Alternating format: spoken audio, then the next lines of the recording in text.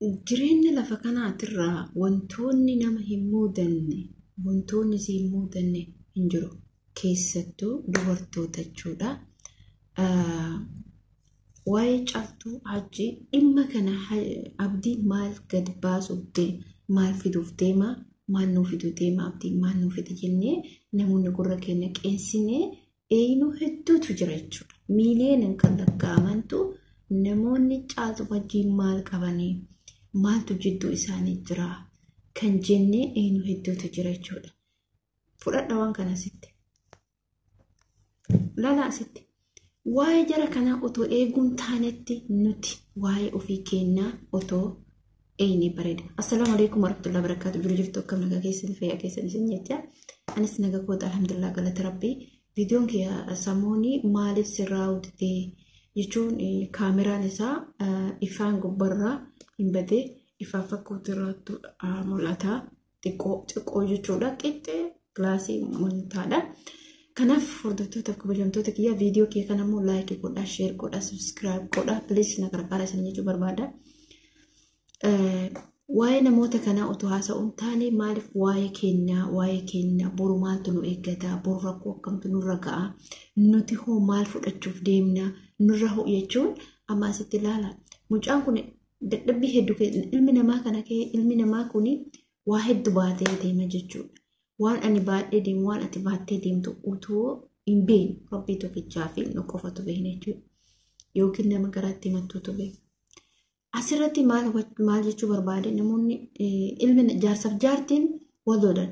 Gaafa dura walitti dabalaman wal jaalannee nama tokko jaalannee itti dabalamna. Nama tokko jaalanneetiin bultii ijaarrachuuf wajjin itti seenna. Dubbiin akkas otoo hin taane akka biraatti dhufuu danda'a jechuudha. Wanni biraa jechuudha. Jidduu kanatti namoonni jidduu namaa seenantu jiraachuu danda'a. Wanti kun fakkeenya akkamii nuu ta'a? Yoo waa'ee Haajii fi Caaltuu kan fudhannu ta'e fakkeenya akkamii nuu ta'a? Dhugaa dubbachuuf baay'ee ulfaata. Kanaaf nuti mootuyyuu wanni walirraa barachuu qabnu, wanni jara kanarraa barachuu qabnu fuuldura keenyaaf ka heerumee nuti isaa jala jirus abbaa manaa isaa ciniinnatee qabachuu. Kaganaa heerumaaf deemu fakkeenya namni kun akka namaa ta'u hubatuu qabdan. Amma yookiin samoonni kana jechuudha. Samoonni kana akka piraankiitti hojjechaa jira. Haajiin akka piraankiitti faayoo irratti illee hojjetaa jira. Garuu mootu nuti otoo jalaaf hin taane nuuf barumsa guddaa akka nu ta'u beeka. Nuti barumsa guddaa irraa arganna. Nuti immoo waan akkanaa kanarraa fagaachuun dirqama keenya. Maaliif hojjettan obboleen kee waan akkana kanarraa fagaachuun dirqama keenya waan isin jedhe barumsa taakaa nama akkamitti heerumne jennee ilaallanna. Nama akkamitti dabalamne jennee ilaallanna. Zim jennee nama arginetti hin dabalamnu. Zim jennee karaa madde yaani bifuma isaa ilaallee, jaakettaa isaa ilaallee, bareedumsa isaa ilaallee itti dabalamuu qabnu. Namni sun eenyu akka ta'e, namni sun nama akkamii akka ta'e, namni sun maal inni kaa'uun isaa, namni sun maal inni hojiin isaa hundumtuu dirqama beekuun dirqama keenya jechuudha. Dhiirri yeroo duraaf si jaalatu hedduu takki mallaqa kee jaalatu, takki immoo mana qabdii, lafa qabdii, mallaqa qabdii jedhee si jaalata. Garuu bareedumsa keessis qabaa, bareedumsas dhabe. Kan mallaqaan sitti dhufu suni akka jaalala kee qabne beekuu qabda. Kan mana gaafattiisitti dhufellee akka jaalala kee qabne beekuu qabda. Kan lafa gaafattiisitti dhufellee akka jaalala kee qabne gonkumaa beekuu qabda. Namoonni kun maaliif sitti dhufan? Qabeenya keessa dhaaluuf sitti dhufan jechuudha. Dhiirri qabeenya kee dhaaluuf sitti dhuftu jireenya keetiif immoo gonkumaan taata. Jireenya kee ni bittinneessiti. Jireenya kee ni diiti. Sigalee jireenyi kee ni diigama jechuudha yeroo hundumaa. Kanaaf jechuudha nuti mootuyyuu namoota akkatti karaa kanaan sitti dhufan namoonni dhiirri barsiisuu si jaalatte sa'aatii sii qabdii, yeroo sii qabdii, sa'aatii hojii adda adda qabdii, sa'aatii sii dubbiftu yeroo siif kenna jechuudha. Fakkeenyaaf hojiirraa ba'e sakandii tokkoo sii bilbilee akka multe siin jedhe si ga'a. Maaliif ree? hojii isa sanarraa baay'ee yaadachuu isaa san bichaa laaltaati. Sa'aatii 20 nama jaalatu tokko sa'aatii 24 wajjin haasa'u. Dhiira tokko jaalattee boru wajjin bultii ijaaraa gaafa yaaddu sa'aatii 24 wajjin haasa'uun dirqama keetii miti. Maaliif namni sa'aatii 24 wajjin haasoftu nama jaalattu sanii miti. Nama sanii deemtee haasaa buqqiftee jidduu kanatti maal fidda? Dhiibbaa guddaa fidda jechuudha. Dhiibbaa natti fiddu maal? Sa'aatii 24 yoo isa wajjin haasofte tarii baqqaa yookiin biizii taatu yookiin nama sirratti bilbilamaa yookiin immoo waa hedduun ofii keetii biiziif goota mana namaa keessatti. Gaaf kana mootuyyuu innis bakka biraa dhaqa. Akkam jedhee bakka biraa dhaqa namatti haasofte nama haasofsiise jedha. Atis akkasuma immoo bilbila isarratti dhaga'uu dandeetta. Meesejiinsi waa hedduu jira jiru. Nama jaalatu yeroo qabaattu fi takka galgala dubbistee takka ganama dubbistee bakka yeroo dheeraa wajji haasa'u nama jaalattu boru kee ta'a boru sa'aatii bakka tokko teettanii wajjin haasoftantu jira waan ta'eef nama jaalattu sa'aatii 24 wajji haasa'u waliif keessa keessatti yaadeen yeroo qabaadhaa jechuudha sagantaa qabaadhaa jechuudha. Gaafa kana inni illee gaafate sagantaa kana gootee fi jetti mootu inni soomaa inni jaalala kee fudhataa deema. Akkamitti fudhata dubbuma namni kun hin shakku.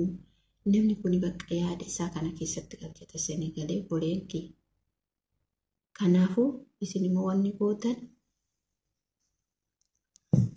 kanaaf obboleeyyan koo dhiifama viidiyoo dhaabaa waraabaa dhiirota akkanaatti rabbiin isin haa baraaru rabbiin nu haa baraaru kullima keenyayyuu waan nu taane jechuudha. Waan nu taane rabbiin nurra haa baraaru. Maaliif yeroon ammaa kuni fokkataa jechuudha. Yeroon ammaa kuni wallahi akkitti darbinu beeku malee rabbiin jabina nu kennee obsa nu kennee isarratti mootuyyuu amma yeroo ammaa jaalalli karaa TikTokitti illee gareen nu kenna fakkaata. Isarratti mootuyyuu maal isinitti fakkaata hojjettoota akka bajamtoota kiyya mataa keetii jechuudha. Mataa keetii malee waa'ee ammaa kuni baay'ee ulfaata. Waa'ee haalli ammaa kuni nama qilleensarraan jaalachuun bakka dhibbumaan dhibbatti baay'ee ulfaata yoo wallahi lasi rabbiin kiyya nu halaafis rabbiin kiyya aadaa muraata kenna nu haa guutu malee sirriitti ulfaata jechuudha. Maaltu ulfaata hojjettanii? Haalli ilmi namaa kun hin ulfaata. Takki nama jaalata gidduu namatu seenaa jechuudha. Takki namatu seenaa waa hedduu jira. Ka gara laafullee jira. Muka jireenyaaf si barbaadullee jira. Ka mallaqa keenyaatullee si barbaadu jira. Karama hedduun jechuudha. Karama hedduun bakka wal keessa akkatti dhaamaa wayiiti jireenya ammaa kun jechuudha. Rabbiin nu haa baasu. Ilmuhim caaltuu fi hajji immoo rabbiin walitti araarsu. Wallahi yeroo ammaa kun baay'ee ulfaatti. Rabbiin nu haa laaffisu. Rabbiin yaada muraata keenyallee nu haa guutu. Ani immoo wallahi baay'ee yeroo ammaa kana baay'ee sodaachisa. Keessattuu ijoolleen keenya ijoolleen biyyoota arabaa keessa jirtan dhiira jechuudha. Galtee argitee kan zartaa isaa beektu jaallattee nama sanatti mootuyyuu dhiyaattee akkasitti daftee gaara wajjin jaarachuu. Biyya ambaateetti biyya ambaatirraa qilleensarraa kun mallaqa barbaada kun maali naafti. Mucaa wayii jechuudha wallahi Suudi Arabiyaa keessatti mucaa suni waraqaa qaamaa qabdi. Mucaan garuu daa'ima turte waan garaa isin nyaatu jechuudha. Ammas achuma keessa jirti mucaan kun bareeda nyaatti dhamuusa bareeda nyaatti ala dalaydii mana uffataa keessa dalayte jechuudha. Maal isin gootee fakkaata maal goote dhiirri akkate jechuudha. Gurbaa Suudaanii irraa galchitee bajaajii itti bittee mana itti kireessitee mana isii galchuuf immoo akaakayyuu isiittu qabeetee man jechuudha. Mucattiin ambassaadha sin qabdu. Mucaan daa'ima. Dhugaatti daa'ima. Garuu immoo baasiin isiin gurbatti baaftu gisee fedhu bilook isii godhaa. Gisee fedhu isii deebisaa. Gisee fedhu isii hiika. Gisee fedhu lakkoofsa jijjiirata. Waanummaan inni isiin goon hin jiru jechuudha. Nama kana ijoollee hedduu taanii korsinee turre jechuudha. Wallaahi dasii ijoollee hedduu taanii korsinee. Kanaaf isin jechuudha obboleen mucaan suni boodarra ani mataa kiyyaan hiriyoonni isillee ijoolleen hedduun Bakka namallee ijoollee dallaala qabdi. Fi daa'ima mucaan beekaa waa hedduu dalayti jechuudha. Wallahi dasboon garaa nama nyaata. Kanaafuu mucaan sun baay'ee tokko kasaaraa keessa seente akira irratti dadhabnee nuti namoonni isii beeknu namoonni isitti dhiyaatan akira irratti dadhabnee akkasumatti isii dhibe jechuudha. Akkuma waan gurbaan bakka qaalimeettee mucama kana. Kanaaf mucaa kana Suudaanii jira isiin garuu Suudii keessa jirti. Waa hedduu rakkoo keessaa sabaaftee boodarra garuu mootuyyuu ila akkana nama goote dhiirri. Mallaqaaf si barbaaddi waa hedduu si barbaaddi ijoollee biyya Arabaa kana wallahi lasi. Kanaaf obboleen tiyya ijoolleen biyya Arabaa teettanii gatii mallaqa guddaa qabdan. Garuu immoo kanoo muluma nama nyaatee nu duguugee nu fixuuf taa'u dhiira biyya keessatiif biyya Arabaati jechuudha. Kunuma jiru dhiirri biyya Arabaallee si barbaada. Mallaqumaa si barbaada. Kan bultii si barbaadu jira. Kan mallaqaa si barbaadu jira.